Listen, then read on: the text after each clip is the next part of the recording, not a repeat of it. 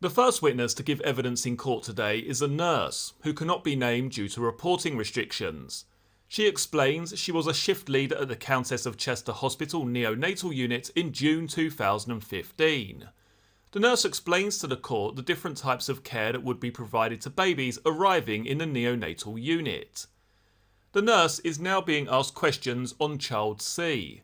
A reminder that none of the children listed in the charges can be identified, so a naming system of baby child A to baby child Q is being used by the press. The nurse said back in 2015 she was not sure she was the one allocating the designated nurses to the babies for that shift, as the allocation system was in the process of changing. She said she remembers Sophie Ellis was the designated nurse for Child C that evening. She says Sophie was, quote, a very competent nurse, having come through the neonatal unit as a student nurse. The nurse remembers there being no clinical concerns for Child C at the start of the shift. The nurse also recalls Lucy Letby was on duty that night, looking after at least one different baby in room 3. The nurse said she had, quote, concerns over respiratory distress for that baby at the start of that night shift. He was grunting and such symptoms had not been present prior to that. The nurse asked Lucy Letby to increase the observations for that baby from 2 hourly to 1 hourly and called a registrar in. The prosecution asks the nurse about Child C's collapse at 11:15 p.m. She replies, quote, I do not remember where, but I was not in nursery room 1. She recalls, quote, a shout for help, but does not remember who called it. She entered room 1 and saw Melanie Taylor and Sophie Ellis, and a Neopuff device was being administered. She noticed Child C was not breathing and the heart rate was very low. The Neopuff gave Child C chest movement, but he did not breathe himself. Child C had a mottled skin appearance, the nurse recalled. She remembers a crash call being put out and recalls Lucy Letby being present, but does not recall when Letby entered the room. She recalled Sophie Ellis was, quote, becoming emotionally upset, and the nurse said she advised her to step outside. The nurse remembers resuscitation efforts were made and Child C was baptised and overseeing palliative care to make the baby boy more comfortable before he died. The prosecution asks, quote, whose responsibility is it to ensure the memory box is made and who takes care of it? The nurse replied, the designated nurse at the time, if they're able. The nurse said Melanie Taylor took over as designated nurse and partly arranged the memory box. The nurse explained she asked Lucy Letby to focus back on a baby in nursery room 3, but Letby went into the family room a few times. The nurse recalled asking Lucy Letby to leave the family to Melanie Taylor. The nurse tells the court Letby did not have any designated duties to be in the family room and told her more than once not to be in the family room. Ben Myers, KC, for the defence, is now asking the nurse questions. Mr. Myers asked the nurse how busy the unit had been between 2015 and 2016, and from a statement she had made, there were more babies arriving into the unit and more, quote, intensive unit babies arriving. Mr. Myers said the number of intensive unit babies arriving seemed more than what Arrow Park, a tertiary centre, had. Mr. Myers says the nurse, in her 2018 statement, said a ward manager was, quote, fighting for more nursing staff for the Countess of Chester Hospital. We sometimes weren't meeting staff guidelines for ratios. The nurse replies that was the case across the nursing network. The nurse agrees it was, quote, not an ideal experience for staff. Mr. Myers replies, and not an ideal experience for babies? There will be a danger of a knock-on effect. The nurse replies, just because the amount of babies increased does not mean we were not compliant on any shift. The nurse said she did not say staff were struggling to cope, after being asked about her statement saying staff were missing breaks during busy shifts. Mr. Myers asks about Child C, asking if he was in a, quote, potentially fragile condition. The nurse agrees. Mr. Myers says that due to his size and prematurity there was a risk he could die. The nurse agrees. The nurse said she could have changed the staffing allocation for designated nurses for that night shift had she wanted to. She says she does not know whether Sophie Ellis had looked after a baby as premature as Child C before, but had confidence in her as Melanie Taylor was there for support. She says she does not recall if Lucy Letby had asked her to spend some time in that room 1. Mr. Myers asks about Child C's collapse. The nurse says she was not in room 1 at the time, but saw Sophie Ellis and Melanie Taylor in that room, attempting to assist child C's breathing with the Neopuff device when she arrived. The nurse says an initial crash call was put out, followed by one for a consultant. Mr. Myers says the police statement refers to, quote, "I think Lucy Letby was in the room by now." The nurse said she made the statement 3 years after the incident and could not recall precisely when Letby had entered. Mr. Myers asked the nurse if she was the one to take an upset Sophie Ellis aside and get her to step down from duty for that time. The nurse agrees. The nurse said Lucy Letby returned to looking after the other babies after a number of askings not to be in the family room, as the nurse and Melanie Taylor were looking after child C and his parents following the collapse. Simon Driver, for the prosecution, rises to ask the nurse more questions. The nurse is asked if, given the busy shift, the quality of care was in any way diminished for child C. The nurse replies, no. The nurse adds she would have allocated Sophie Ellis to look after child C as the designated nurse, with Melanie Taylor supervising as she believed her to be competent. The nurse said she believed another baby on the neonatal unit, the one Lucy Letby was designated to look after that night, should have had more care, including a septic screening, as the nurse believed that child was the most concerning to her that night. The nurse says from her police interview, she, quote, believed Sophie Ellis and Melanie Taylor were in room 1 with the Neopuff device when she arrived. The court hears the response from police was, okay, followed by the nurse saying, quote, but I 100% couldn't tell you, which the prosecution say meant she was not 100% sure. The next witness to give evidence is Dr. Catherine Davis, who in June 2015 was a paediatric registrar at the Countess of Chester Hospital. The court hears she had been working night shifts for the night child C collapsed and the previous night. Dr. Davis says she does not recall a previous night shift, but from her nursing notes on the night shift of June 12th to 13th, she recalls the observations for child C at 9:20 p.m. on June 12, 2015. The notes include, quote, suspected sepsis and jaundice on a list of ongoing problems. The latter is, the court hears, quote, very common in premature babies. Dr. Davis added that at that point there had been no desaturations or bradycardia. Child C was NBM, nil by mouth, due to bilious aspirates.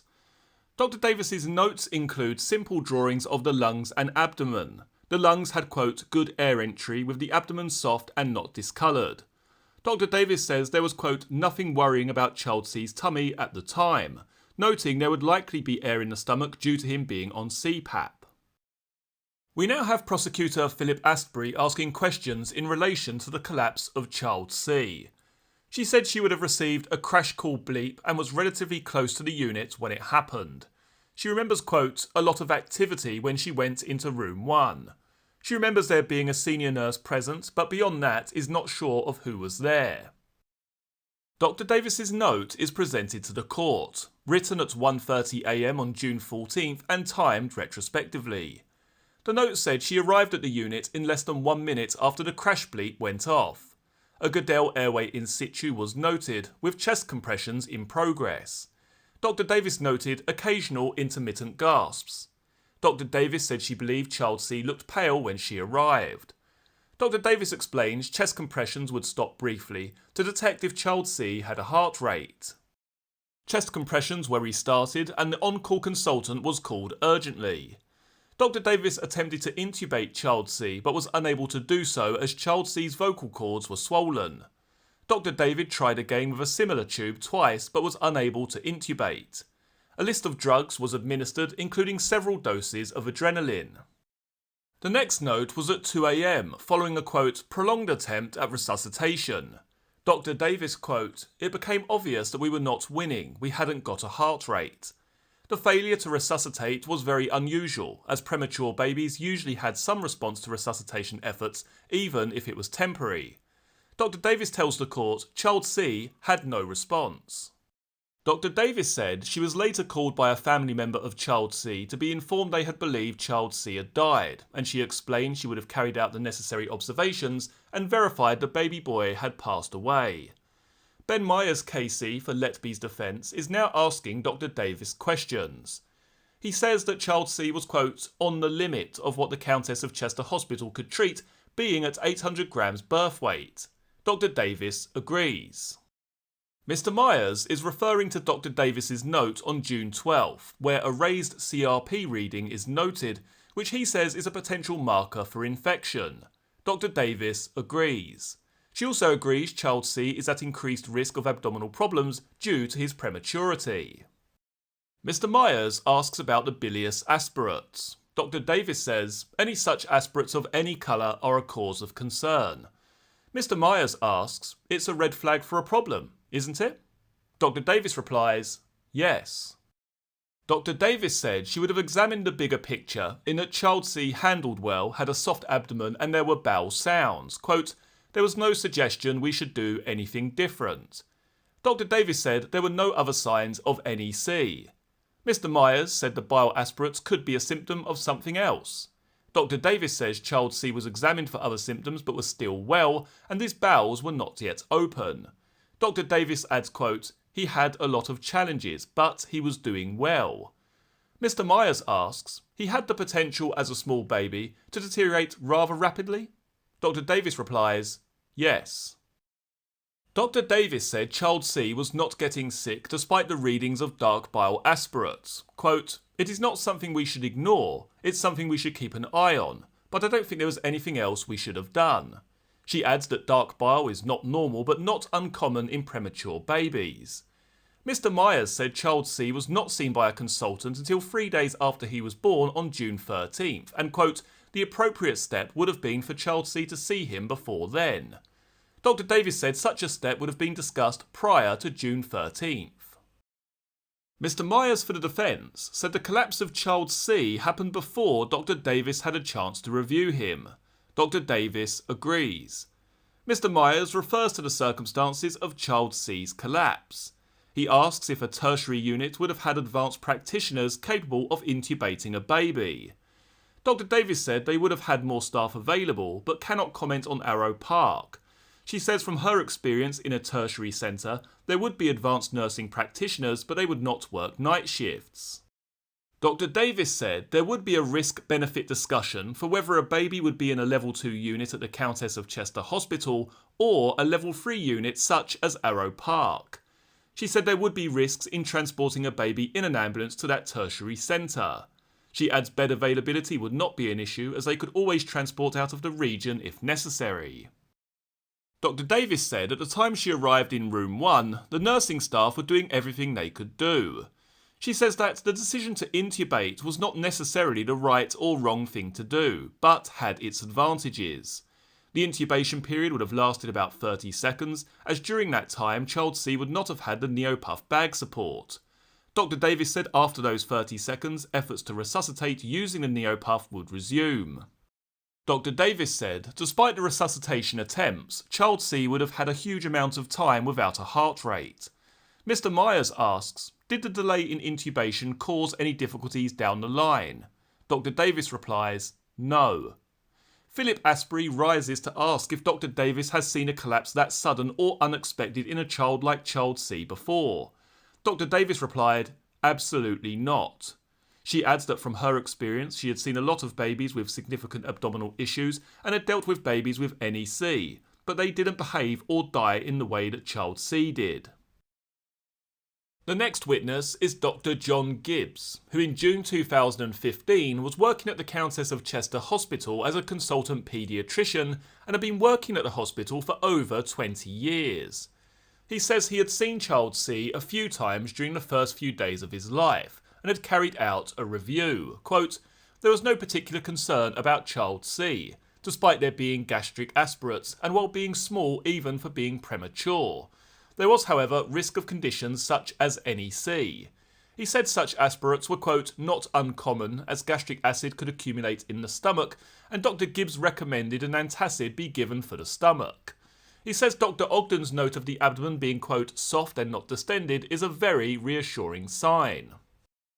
Dr. Gibbs said if the aspirates got steadily larger, that would be a concerning sign and a symptom of NEC. It was decided, Dr. Gibbs said, to monitor the aspirates and hold off giving feeds at that time. He said if the aspirates got larger or came with vomiting, then an abdominal x-ray would be carried out. Dr. Gibbs said he carried out an ultrasound scan of child C's head, which was recorded as, quote, normal at 3:55 p.m. on June 13th. He was next involved with child C as the on-call consultant, having received an emergency call at about 11:28 p.m. A note is written retrospectively by Dr. Gibbs at 12:30 a.m. He said when he arrived, efforts were being made by staff to resuscitate child C. He said child C, quote, looked pale and mottled, which he said was, quote, not uncommon in babies in cardiac arrest. The notes show Dr. Gibbs intubated child C to provide more effective ventilation. He adds that ventilation can also be obtained through the NeoPuff device. Dr. Gibbs says that babies experiencing a sudden and unexpected collapse would normally be expected to show some signs of responding to resuscitation efforts, and it was, quote, unusual child C did not. The resuscitation attempts were said to have failed after 40 minutes. Dr. Gibbs said it was, quote, standard practice for attempts to cease after 20 minutes, but staff would carry on for a little longer in the hope of the baby responding. Resuscitation efforts continued after the 40-minute point while the priest arrived to baptise child C. He said, quote, surprisingly there were some minimal signs of life in child C and he was not sure what to do, as it was unexpected. He was not sure why a feeble heart rate and breathing gasp were being recorded for child C. He relayed to the parents that, due to the prolonged time without oxygen, the chances of child C being brought back without profound brain damage were, quote, extremely remote. Dr. Gibbs said it was planned to offer child C palliative care for his final hours. Dr. Gibbs said he could not provide a cause of death, so subsequently contacted the coroner's office. Dr. Gibbs said a debrief was carried out for child C's fatal collapse on July 2nd, in which the circumstances were discussed. It was noted in a summary of the debrief, child C, quote, did not seem unwell, was, quote, active, kept pulling out NG tubes. An infection was suggested, but child C was on antibiotics. Dr. Gibbs noted in the debrief the collapse was not related to the feed, which was administered shortly before the collapse, as he said he could not see how the administration of 0.5 of feed could lead to a cardiac arrest. The resuscitation was performed, quote, technically well, and the team worked well together. Dr. Gibbs explains the context from the notes was that the staff had done everything they could to save child C. Dr. Gibbs said it was not possible to rule out a pulmonary embolus, a blood clot which breaks off from another part in the body, blocking lung circulation. Another theory was toxins from medicine administered. The post-mortem had been held at this point, but the results were not available. Dr. Gibbs said he wants to clarify that he is not blaming the parents for requesting to allow child C to be baptised and the wait that followed for a priest and a vicar to arrive. He said the problem was that child C's heart and lungs restarted following the token efforts to resuscitate, and he could not think why that was the case. Quote, whatever catastrophic event had happened to child C had reversed, or begun to reverse. I don't understand that from a natural disease process. He said it was right the parents requested for a priest to arrive for baptism. He adds the difficulty was that child C's heart and breathing restarted following that. So that concludes day 16 in the trial of Lucy Letby. If you wish to keep up to date with all of the court process and the comings and goings regarding the trial of Lucy Letby, then please give the video a like down below and don't forget to subscribe to the channel. As always, many thanks for joining me for this video. I look forward to seeing you all again for the next one. Take care. Cheers.